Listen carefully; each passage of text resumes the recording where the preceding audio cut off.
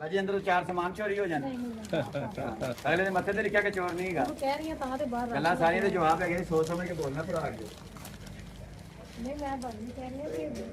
बाहर बाहर क्यों इधर वे 2500 रुपए किलो च चल आई इधर वे हैं ए वे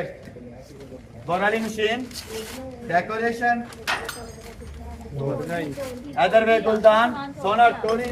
जेड़ा टूट गया ਉਹਦੇ ਪੈਸੇ नहीं एक टूट गया ਉਹਦੇ ਬਦਲੇ ਕੁਝ ਪਾਣੇ ਆ ਨਹੀਂ ਵੀਰ ਨੂੰ ਇਧਰ ਵੇ ਉਸਤਰੀ ਸਾਰਾ ਕੁਝ ਇਹ 2500 ਰੁਪਏ ਕਿਲੋ ਹੀ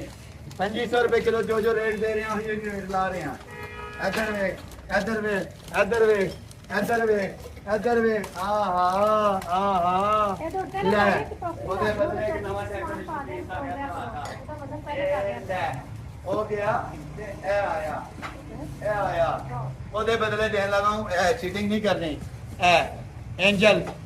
जिसको आप फरिश्ता कहते हैं पंजाबी में ला भी पैकिंग मेरा